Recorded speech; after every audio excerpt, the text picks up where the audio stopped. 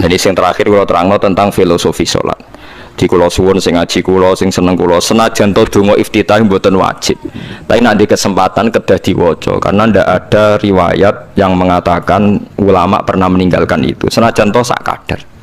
Terutama pas napa inna sholati wa nusuki wa mahyaya wa mamati lillahi rabbil alamin. Terus salatku, ngibadahku, matiku, uripku namung kersane Allah. Utawa namung kangge Allah. Karena ini menjadi filosofi sing dadekno salat mari ahlil jannah. Jadi kita nak salat mesti ahlil jannah. Wong qad aflah, teman-teman bejo wis mesti bejane. Sampeyan ora usah wedi suul khotimah. Niku waswase setan. Mboten enten suul khotimah. Setan niku keliru, semua meden-meden itu. Nah, setan percaya suul khotimah ikon gawe suul khotimah. Mulane kula anggere wedi suul khotimah ngomongan kula setan. Tan setan nak pancen aku mbok weden-wedeni suul khotimah yo gawe wae aku ben suul khotimah. Aja meden-medeni tok. Dan gue kita jadi pangeran, gue dewi ora siap jadi pangeran, ya ora pangeran kok meden-medeni aku. Jadi setan memang harus dididik, kudu diancam, paham ya? Mulane kula ana kiai pemuja setan kula ora seneng setan godane ngene kiai ra mesti selamat, wong top-top ra mesti selamat. Itu namanya memuji setan karena dia nganggap setan itu luar biasa. Setan kudu mbok prekno, mbok anggap gagal, tahan setan cek goblok, kemke meden-medeni aku suul khotimah aku tetap salat. Berarti kowe gagal. Kalau dene aku kepengen menungso sesat kabeh sesat no wae ora usah meden-medeni jare ke kondang kok trimo ngono-ngono tok ae. Bedene ya ora tingkat kegagalannya, paham nggih? Jadi setan harus dididik bahwa dia juga sering gagal. Setan kan ingin manusia enggak sholat semua kan, zina semua, maling semua. Ternyata kita enggak maling, yang sholat juga banyak. Itu kan berarti tingkat kegagalannya apa? Setan. Lagi kita ndak ora dan setan wis salat puluhan tahun digodho ilang gane goblok kowe. Nak wong iku salat puluhan tahun berarti puluhan tahun dalam kegagalan setan. Kok wong salat berarti setane gagal. Mulane kula mbek setan niku saiki tambah wani. Vaksin ngono. Ya mletene ngono kon bun neraka ya kok gelem. Misale dekne hebat kan mboten purun Gusti tak ning swarga mawon. Ternyata dekne mlebu swarga gak iso kan? Lah yo mletene lah yo wong lemahe ngono kok mbok entuk. Artinya setan kan lemah sekali kan. Lha iku sedekahul azim ketika ngendikan inna kaida syaitani kana napa dhaifa. Sebenarnya setan itu dalam bahasa Quran itu dhaif sekali. Lemah sekali. Tapi kita sering muji. Nggih sering apa? Sering muji. Darani setan hebat, wong wali, wong alim kadang digodho kena. Ya soal kena cara kena akeh ra kena ngono wis akeh napa? Akeh mboten napa? Kena minimal ngeten lho sampean. Tapi kula nate Gus kepengin tahajud terus tahajud berarti setane menang. Tapi setan ora sekedar kowe kepengin ra tahajud, kepengin kowe kafir. Ngomong kira tahajud tenan iku setan isih rugi kok. Tapi kowe jek Islam, tapi jek mlebu swarga, kepengin ku nanti apa? Kafir. Jebule kowe ora kafir kan? Lan ana ulama nak tangi turu gak tahajud, ndekne nangis. Angger kae gak tahajud nangis. Terus matur mbek pangeran, Gusti kenging napa kula mboten kasil tahajud. Ambek pangeran dingendikane ngene, teng kitab Al-Minanul Kubra karangan Imam Syaroni. Kowe ulama kok bento.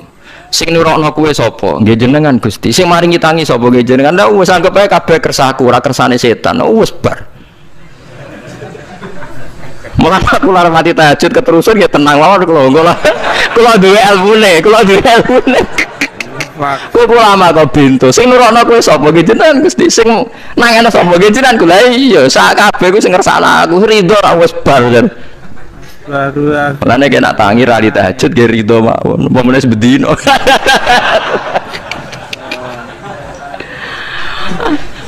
Jadi penak berislam tuh enggak apa-apa. Berislam tuh gampang. Ya kowe turu sing kersakno sapa? Nggih jenengan Gusti. Kowe tangi sing kersakno sapa? Lha iku sanggep bae ku kabeh kersaku bar. Paham ya? Terus nak wae tahajud ya tahajud yo kersane pangeran. Ra tahajud ya ra tahajud yo kabeh kersane napa? Pangeran. Penting boten maksiat mun sae. Penting boten apa? Maksiat. Mun jenengan ngandel kula. Inna sholati wa nusuki wa mahyaya. Lah ini sing titik tekane teng wa mahyaya. Ngeten misale. Urip niku kabeh kersane Allah. Carane mikir ngeten nggih. Tiang-tiang sing jaduk-jaduk dhisik ya mati. Nabi nggih kapundhut, tiang-tiang soleh nggih kapundhut, tiang-tiang dolim nggih kapundhut. Kalau betul mereka ingin menjaga kehidupan, berarti kalau betul mereka kuasa kan tidak kapundhut. Hidup selamanya nyatane do mati. Berarti urip mati namung kersane Allah. Terus misalnya sampean berpikir, lalu sumber nak wis dadi lemah carane tangi piye? Lah ini yang penting kula aturaken teng ngaji mriki. Kula sederenge ngaji nu sering akhir-akhirnya sering salat maca ayat liyahlika man halaka am bayyinati wa yahya man hayya napa am bayyinah. Tugas ulama itu jelasno ayat-ayatnya pengiran. Sampean saiki tak bedheki. Sekarang sampean Anda hidup itu tahu alasannya enggak? Kenapa Anda hidup? Enggak tahu kan? Kenapa kita masih hidup? Enggak tahu. Kenapa Anda wujud? Juga enggak tahu. Kita pernah enggak ada, tahu-tahu ada, juga enggak tahu alasannya kenapa. Yang jelas di luar ikhtiar kita. Setelah kita katanya punya akal ya, saya bilang lagi loh. Setelah kita katanya punya akal terus bilang kita masih hidup karena orang kelindes truk, karena enggak kena penyakit, karena jantung kita normal, paru-paru kita normal. Terus kita bilang hidup. Jadi kita atas nama kebodohan bilang kita hidup karena jantung kita normal, paru-paru kita normal, semuanya normal. Maka kita hidup. Nah ditakoi, lalu kapan kita mati? Setelah jantungnya rusak, paru-parunya rusak, terus kita mati. Tapi orang yang sama kalau ada bilang berarti yang menjadikan hidup itu jantung dan paru-paru. Lalu berarti zaman kita belum hidup itu jantung dan paru-paru harus ada dulu karena itu yang bikin hidup. Ya ada juga, dulu ada juga. Loh ya kalau jantung dan paru-paru semuanya normal menjadikan kita hidup, berarti jantung dan paru-paru harus wujud dulu karena itu yang menciptakan kita hidup. Ya ada juga, ya tidak tahu. Paling-paling nanti statusnya paru-paru jantung hanya dipakai alat Tuhan untuk menjadikan ada kehidupan yang kita kira ada. Padahal sebenarnya kehidupan ini juga enggak ada karena kita tidak tahu. Sing darani urip kok apa ora roh.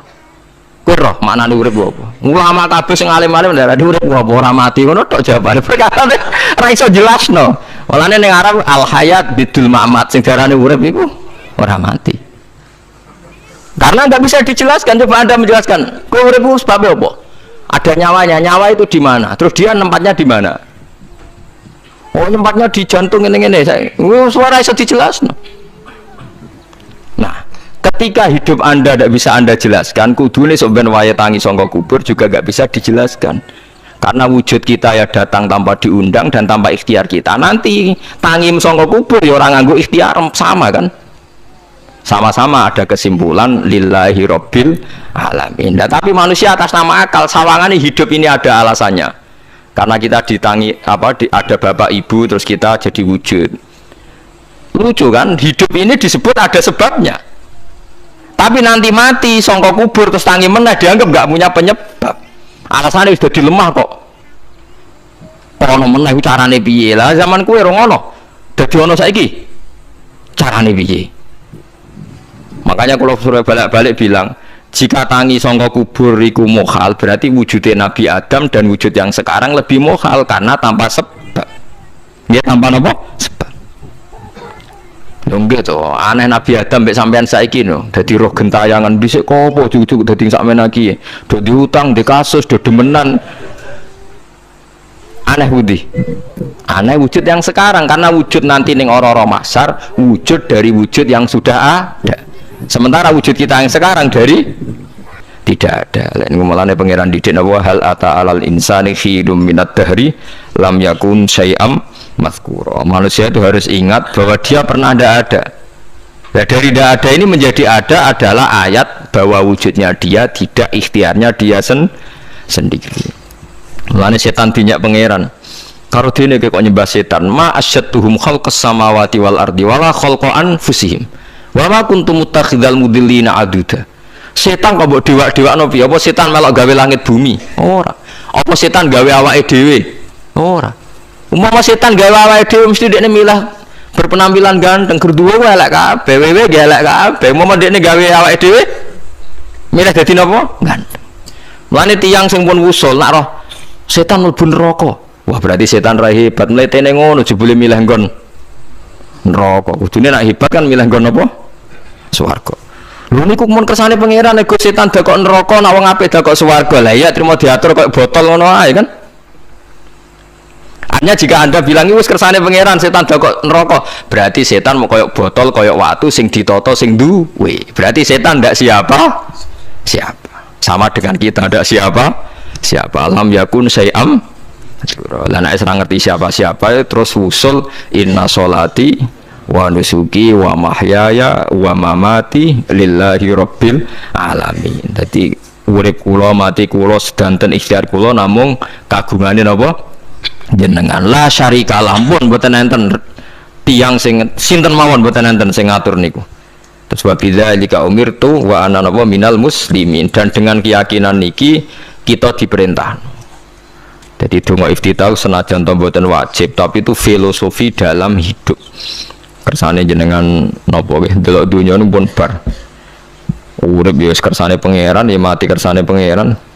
Mula kadang nggih mikir aku nek mati, bar mati jebule gak kiamat-kiamat tak kesuwen cah ngenteni atusan napa tahun misalnya. Anda tidak usah khawatir begitu.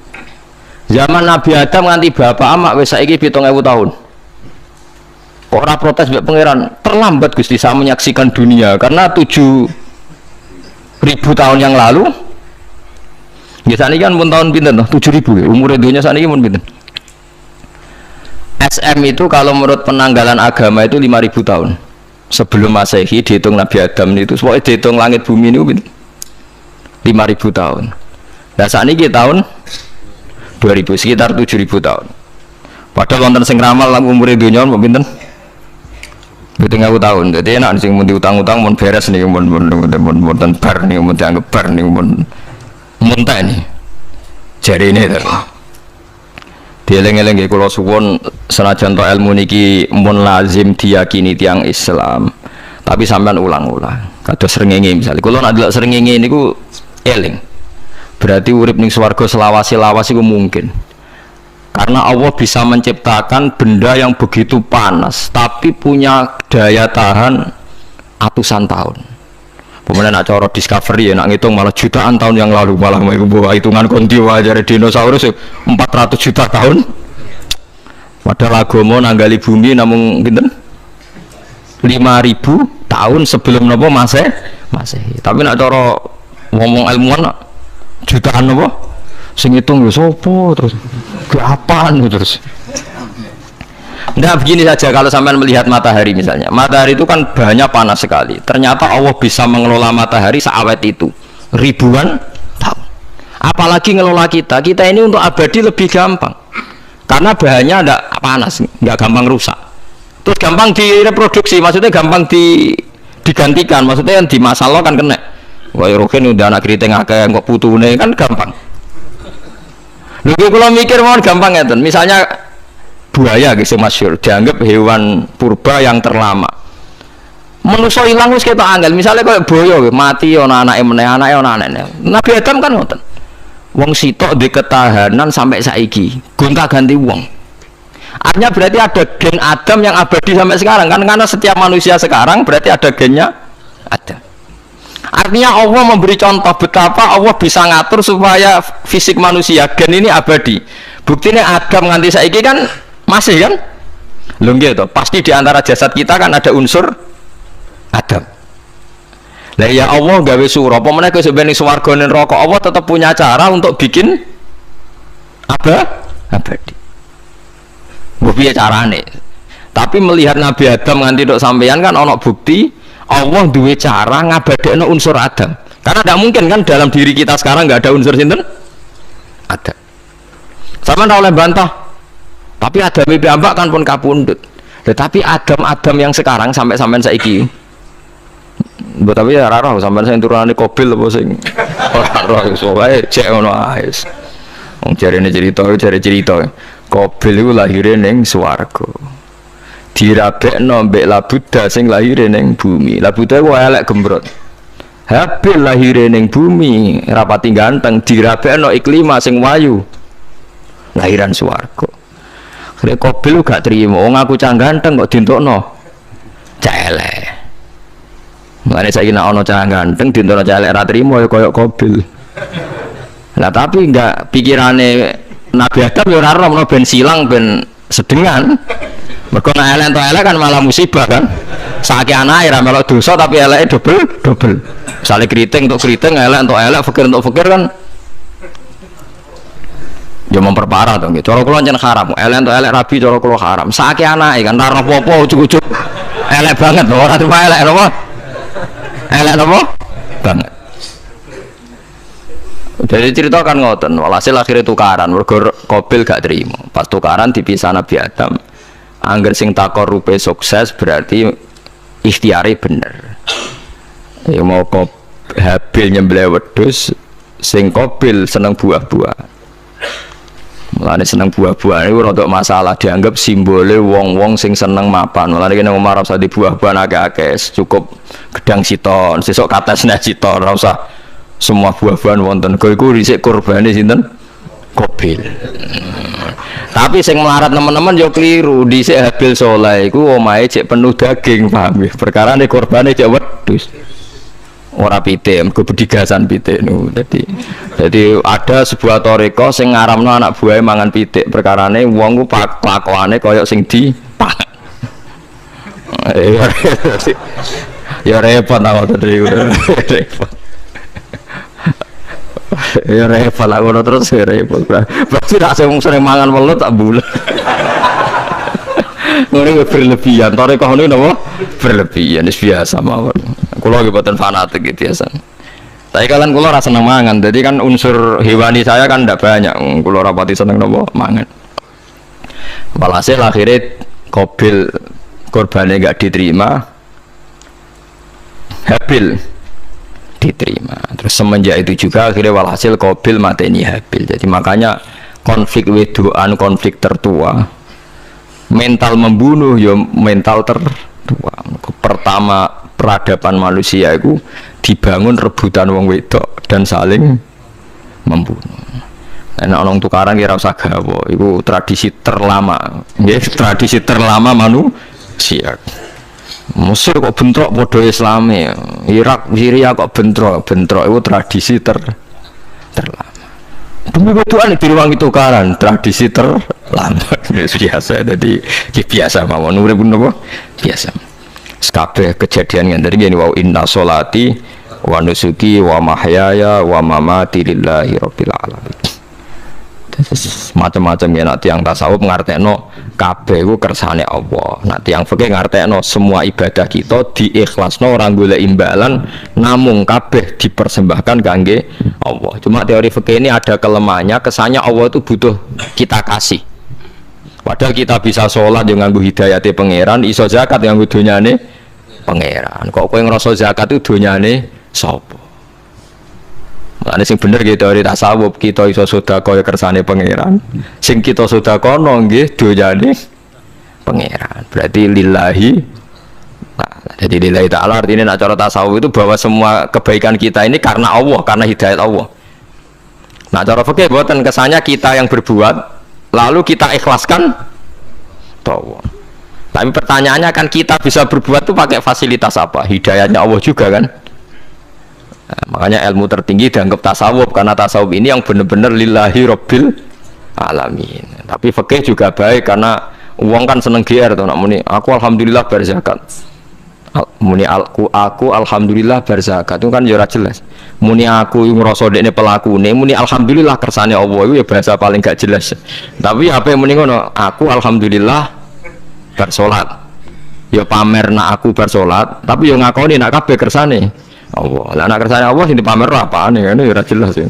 Ya tapi itu apik lah. Muni apa? Aku alhamdulillah bersolat itu ya bahasa gak jelas, ya gak jelas juga bahasa itu, tapi ya ben.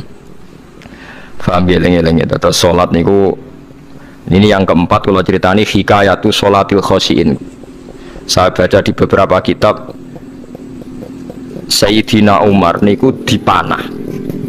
Panah niku rak wonten mata pancing. Jadi nak melebu niku ditarik sakit, nggih. Nak ditarik napa?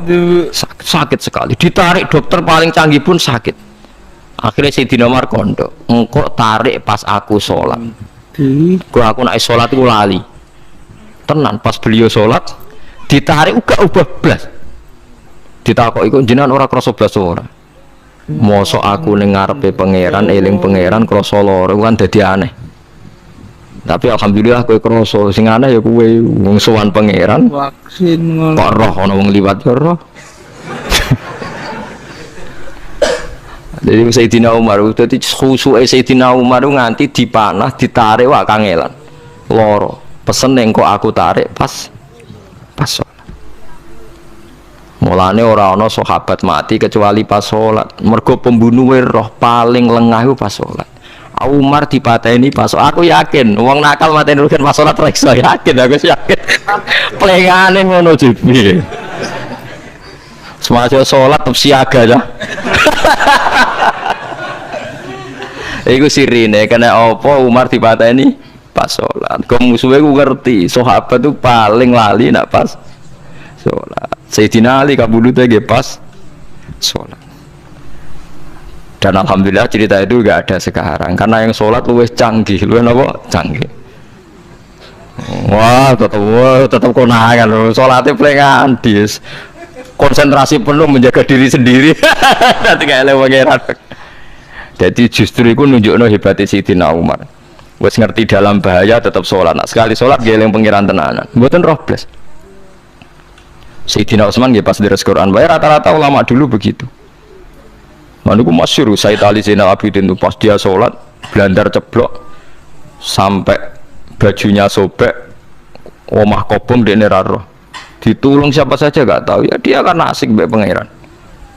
Mosok jarene mosok aku pas madhep pangeran eling liyane. Vaksin kok. Nah, tapi kita ora iso kan bayangno salat-salat ke kelas ngoten niku.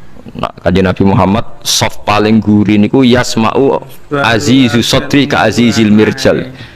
Nabi nak salat niku sing gurih niku ngerti dentuman dadane Nabi sang wedine nang pangeran kados banyu sing umum. Kana husya aleh sampai Nabi meh pingsan saking wedine pangeran. Ini disebut taqsa'irru min hujuludul ladina yakhshawna rabbahum. Jadi Allah nazzala ahsanal hadithi kitabam mutasyabihan mathan ya taqsa'irru min hujuludul ladina yakhshawna rabbahum. Makanya potensinya orang-orang soleh itu jarang sholat sunat karena sholat fardu saja butuh energi yang luar biasa meh kudu kesemper. Nah, alhamdulillah kita kan sholat biasa saja. Berarti qobliyah yo oke, ba'diyah yo oke, sholat yo oke, tapi cara dipateni wong ora iso. Ya tetep roh, tetep apa?